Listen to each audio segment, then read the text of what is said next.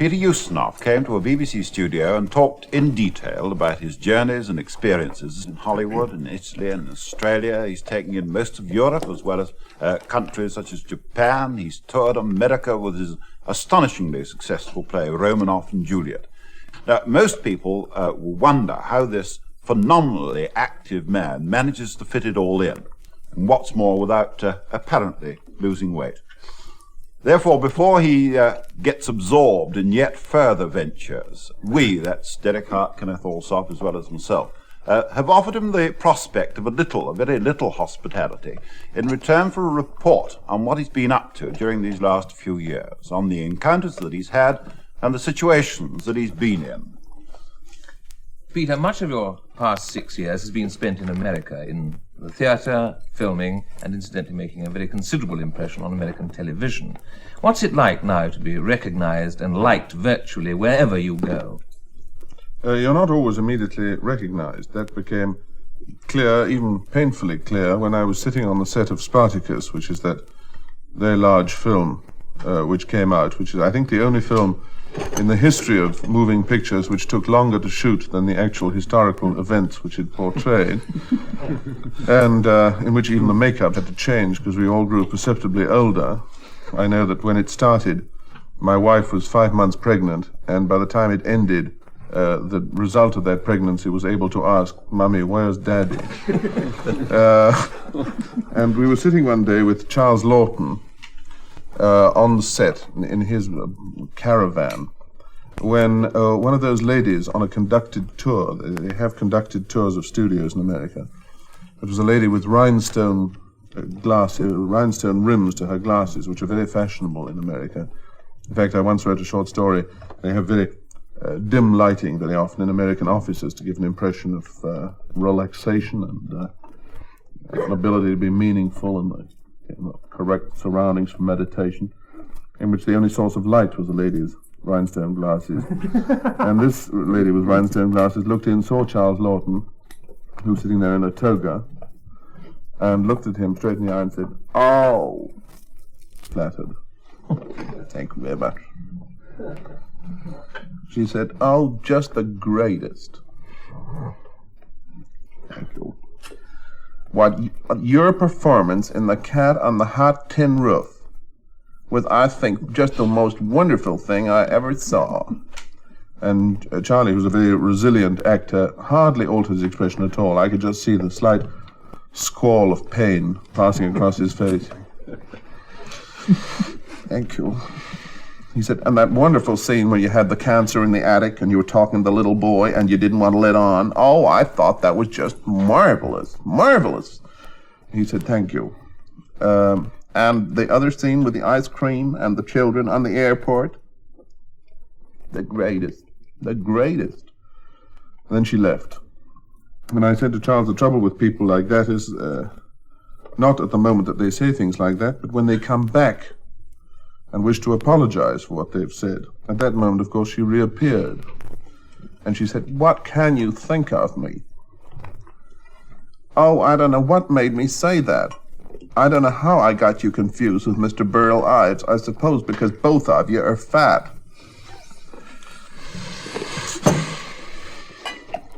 She said, "But I saw you in something just as great as anything Mr. Ives ever did, and that was the witness of the prostitution." I think actually what happened is that she ran out to the bus, saw her friend that she'd been traveling with, and said, "I've just seen Burl Ives." And the friend said, "Oh, don't be silly, that was Charles Lawton." "Oh, you're quick, give me something he's been in." And the woman said, "Witness of the prosecution." "Thank you." And she'd got the names wrong. She said, "Witness." So I started entering into it, and I said, "Yes, wasn't that marvelous scene when he was looking through the keyhole on his knees?" You know, "Oh, that was, I think that was probably the climax of the whole film." It was then I thought it was just the greatest. So then Charles began ribbing me slightly. And looking at the lady, he said, "You've met Edward G. Robinson, have you?" And she looked at me and she said, "Oh, you're not Edward G. Robinson, you're Walter Ustinov." So much for recognition. Now, Walter Houston, father of John Houston, we've heard a great deal that he's a practical joker Is he this kind of practical joker? Is he notorious for it among you as well as among people such as us? Yes, I never quite understand the point of practical jokes, quite frankly, because so many of them are done when the people are not there to see the result, as when they send police to somebody's house or something to arrest them, and they're not there to see it. I don't quite get that, but certainly John Huston is a celebrated practical joker. He played one or two very mean tricks on me, which were taken in very bad part, in which he asked everybody to ignore me one day, which was a very disturbing experience. Every time I asked something, they'd turn their back. And he also got me on the set of The African Queen and said, you can only really see it from this puddle here, and you've got to put these waders on. And I couldn't get into the waders. He turned all the hoses on. I was wet through. So I'm not a very good practical joker, but that night I turned the tables on him because he came to see me in The Love of Four Colonels, which was running then, and I knew he was there. And it sounds a rather sinister story now, but it wasn't then, of course, because Humphrey Bogart was still alive and kicking, and he was a great friend of mine. But I decided to have him paged during the interval. Houston. In order to talk to Humphrey Bogart from Charing Cross Hospital. And I watched through the little slot in the curtain. I could see him being fetched, and he was taken to the box office, where they put him through to my dressing room. And I heard, and they were already very far behind schedule. Which film was this on? This was The African Queen. Aye. And he said, hello, is Mr. Bogart there? He's been phoning me. I said, who? Mr. Humphrey Bogart? I don't know, I'm not the regular man here, of course. I've only just come on, as a matter of fact, and I've been ill myself. Well, please, this is Mr. Huston here. Who did you want to speak to? One of the officials of the hospital here? No, I have a call from Mr. Bogart. Oh, I don't know. You're Mr. Bogart, are you? No, I'm Mr. Huston, and so it went on. Well, I don't know. You see, I don't like to touch any of these instruments here because I don't know where anything leads to. I don't want to be inhospitable or anything. If somebody's been calling you, wouldn't it be better to wait till they call back again? Well, I don't know what's wrong with him. Why did he call? Well, I don't know. Eventually, I let myself be persuaded by him to call up the various departments, and I went, hello? Is that the casualty ward? No, this is maternity here. I'm sorry. And I went right round the imaginary hospital like that doing this. And eventually got to, I said, yes. Is that casualty ward? Yes. Has they got a man called Mr. Huston? No. I'm sorry, Mr. Bogart. Oh, yes. Who wants to speak to him? That's me, John Huston. I'm directing the picture. You want to speak to him, yes. You are what concerned with the picture? I'm the director. Oh, you're not the producer. No, I'm the director. I've always wanted to know what the difference is between those two. Is there a great difference? And so on. We went and but I wouldn't say what was wrong with Bogart, and eventually I said, well, I would rather wait until there's a second and even third opinion, and they won't be here for another, it's now 20 past 1, he's always late. About 3/4 of an hour, I think, could be over. You've got to tell me. And I said, well, I suspect, and I'll tell you this off the record, it's a fractured eyelash, and fractured in 2 places, in fact. And then there was a long pause. And he realized it was just my revenge for being wet through. Peter, just now you mentioned this muddled film fan who recognized neither you nor Lawton. What about other Americans, officials, and people whom you have to give your name and license to? Well, for people that don't know America well, you can run into extraordinary difficulties there sometimes. They're very nice. They're very eager to get you off the hook, which you've landed on without knowing better. For instance, the frontier of the state of Arizona has a customs office, which is larger than the United States Customs. And I was driving in a station wagon, which I'd been lent. And the man at the frontier of Arizona looked in and said, get out. It was a very good beginning for anything. I got out. He said, you got any nuts with you? I said, what? You got any groundnuts, pecans, agricultural produce? I said, no, I haven't got any. I've got some dirty laundry, which is in the back. Get it out of there. I want to look at it. So I said, what is this? He said, where you come from? I said, Chicago. That's an agricultural area. I didn't want to disillusion him. I hadn't seen a tree for weeks. Then, as he took the dirty laundry, underneath was a bottle of framboise, a French, like kirsch, white liqueur, which we'd opened at Christmas about 4 weeks before and drunk that amount, and the rest of the bottle was still there. He said, is that liquor? I said, yes. You're driving with an open bottle of liquor in the car? Come on, you can tell your story to the judge in the morning. I said, why? You know the Arizona state law? I said, no. It's a permanent temptation to drink. I said, well, what about a hip flask? That's all right. This is a bottle. So I said, but I don't understand that.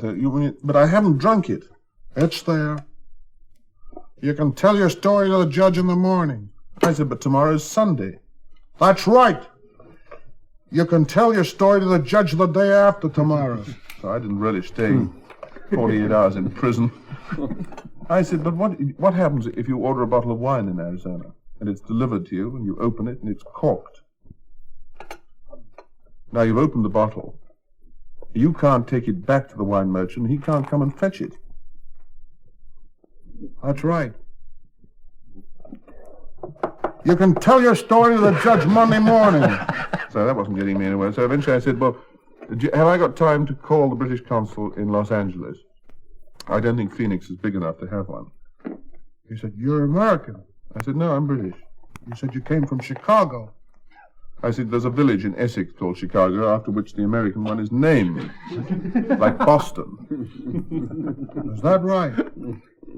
I said, yes, and I'm now eager to go to prison because I'm in a goodwill mission here for NATO. I'm on the Naval Voluntary Reserve, and I'm lecturing in America.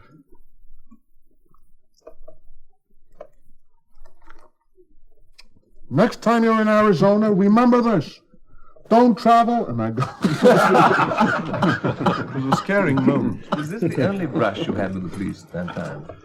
No, I had a small car, an Italian car, which I had taken over, a little Alfa Romeo, which I was driving from New York to Ottawa, and I was driving quite fast, and suddenly on the freeway, as they call it, the huge road, and I saw in the back a police, one of those red lights that does that, and I saw him in the driving mirror, and I went a little bit faster. I didn't know what he wanted, and I saw him going faster too, and I came round the corner, and there was one of these Howard Johnsons, they call these milkshake bars, and I rushed up the ramp, hid among all the big American cars with 8 headlights each, switched off my lights, went in, had a milkshake, and I saw the police passing there.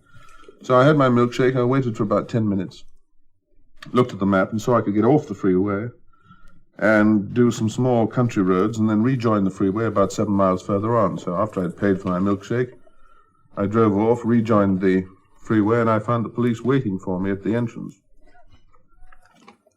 Hey, wasn't it you about 7 miles back in a small foreign car, automobile? Speeding?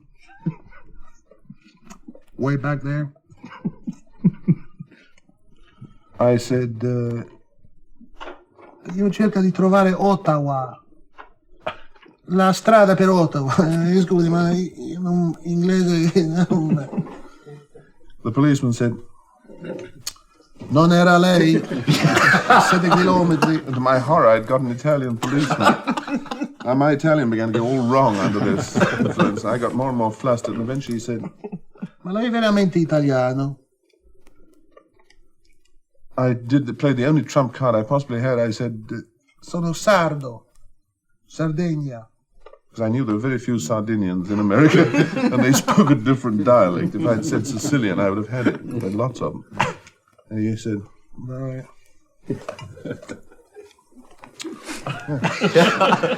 Do you think American officials are worse or just different from those we have in Europe? Oh, no, they're very nice on the whole. They're quite different. For instance, the English customs look at you with that very calculated look. They sometimes don't look at you at all. They show you this piece of paper, don't they, as you know. The board, yes. Yes. You've seen this before, have you? Right. And they don't look at you at all, and they don't really wait for your thing. And every time they do look at you, it's directly in the eye. And there's always somebody behind your shoulder, you feel. So this is quite different. The American looks everywhere, and that's terribly embarrassing. What Quite about the different, Spanish? you know. Yes. The American says, "How long you staying?"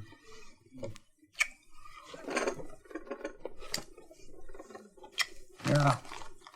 You know, and lifts your foot with his foot. they're very sweet though. I think they're very friendly. I was in Spain last week, and I'm always a little tentative about it. They have these terrifying hats anyway, these Guardia Civil things. And I stopped at the frontier, leaving Spain, and was stopped by a terrifying looking man. I thought we were in for trouble. And he said, there haven't been many cars around today. I said, what? He said, and we got two men actually guarding the frontier further up, and we got no way of getting their lunch to them. So I said, well, what? He said, could you take the lunch if I call? They'll... I said, yes. I opened the door, and in came a basket with sausage and a dead chicken. And I drove up, and there were two men with rifles. Terrifying. I stopped. Where's our lunch? They even didn't stamp the passport. There's the Iron Curtain. That must surely be one of the worst places for controls and police and so on. I find one is always surprised. One thinks that things are going to be difficult, and one is pleasantly surprised, or the other way around. I went to East Berlin just after I'd seen Carol Reed's film about it, in which there were dogs trembling at the leash, being restrained by frontier guards, and I was terrified to go. And I went in a taxi, and we stopped at the Brandenburger Tor by a West German policeman with all the new acorns and gold teeth. And where are you going? I said, to the East Zone. How long? Oh, about 4 hours. Why? I'm going to the theater. Which theater? I said, das Deutsche Theater. Aha. What is playing there tonight? I said, Othello.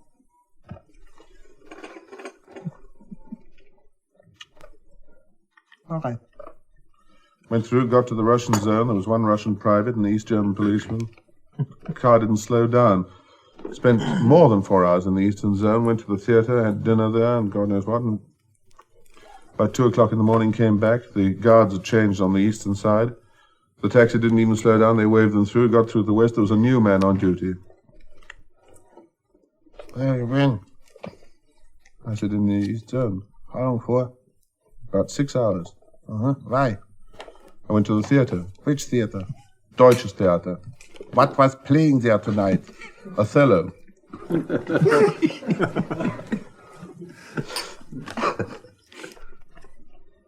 Good. So one never knows, does one? You haven't actually been to Russia, have you? No, no. You've got a Russian name, though, and you speak Russian. I went to Prague, in parenthesis, once with a British delegation. And I was amazed to find that mine was the only name they could pronounce, which was a great relief for me. They took the board with people like Smith and Jones in the delegation too, and they said,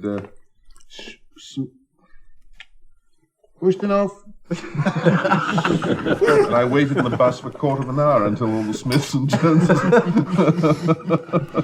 You've met Russians over here. How do they react to you when they meet you here? Do they claim you as one of their own? No, they didn't do that. But at the same time, I have a feeling, and that goes for white Russians as well, that they're slightly amazed and intrigued why I didn't change my name, because after all, I'm not a violinist. One can get away easily with a name like mine, you know, or a ballet dancer. Far from that, as you pointed out in your elegant preamble. But they very often say, Ustinov, you didn't change name. I said, no, I didn't. Why, do you think I should? No!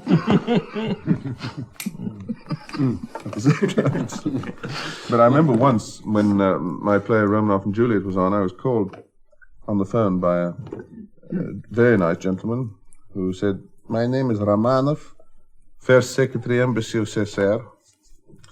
I saw your play. So I said, well, I hope you enjoyed it. He said, yeah. but I hear you play tennis.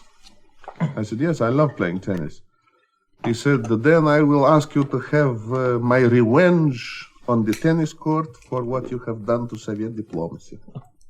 Very nice, very agreeable. And I took a friend of mine along, and it was pelting with rain. But absolutely hopeless London rain, top to bottom, no wind, grey. It looked like playing tennis in a French Impressionist picture. You could hardly see the ball until it was your side of the net. It was just a Japanese print. And we started knocking up in this. It was ruinous. The racket was beginning to curve. Everything was wrong. Just knocking up. Eventually, I thought, after 10 minutes of this, nightmare. I said, the only thing to do is to show some bravura. So I said to Mr. Romanov, the other side of the net, who was playing with Second Secretary Petrasevich, shouldn't we start scoring? He said, no, we can't, because have not yet arrived the umpire. So then we went on knocking up. After another 10 minutes, a very fair young man with a turned-up nose, also very pleasant, Mr. Puzhanov, came from the inside of the building, said, I am Second Secretary Puzhanov. I am the umpire. I'm very sorry I'm late. I've been detained by ambassador. Who will serve? So we spun the racket. It was impossible to see which was rough and which was smooth, because both sides by now were rough. Torn, frayed racket. We won the toss. So I started to serve.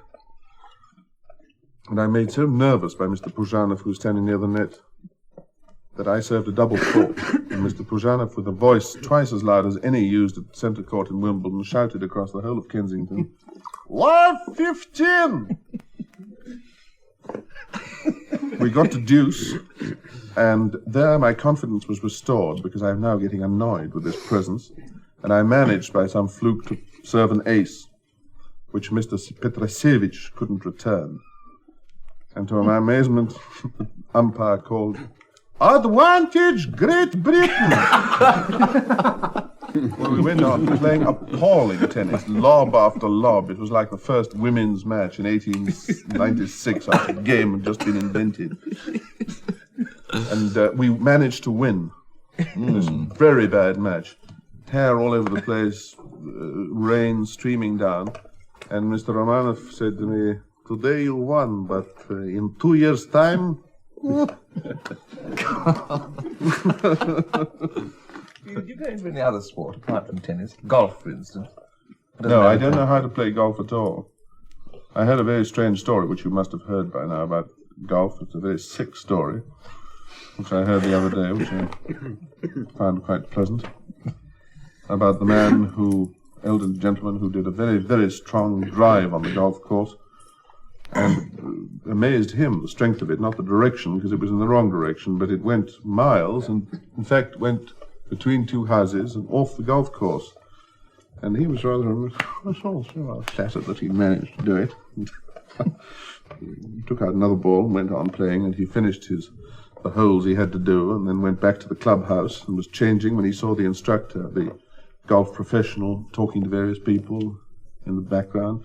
Eventually the professional came up to him and said, excuse me, sir, was it you by any chance that drove that ball between them two houses right out on the arterial road there?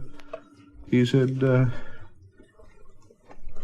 yes, I know it was entirely the wrong direction, but I was flattered all the same that I managed to push the ball as far as that. I thought it was a rather good shot. He said, yes, it was. The only trouble, it's had repercussions, of course, which went out on the arterial road, and it happened to hit a passing motorcyclist in the face. He swerved, lost control of his mount, and went into a lorry, which tried to avoid him. Went into a Green Line coach, and that has turned over, and the latest score, I think there are 19 dead, and between 24 and 25 injured, more or less seriously. I haven't heard the latest figure. It's impossible. I'm afraid not, sir. Well, what should I do? Well, you want to hold the seat through your wrist.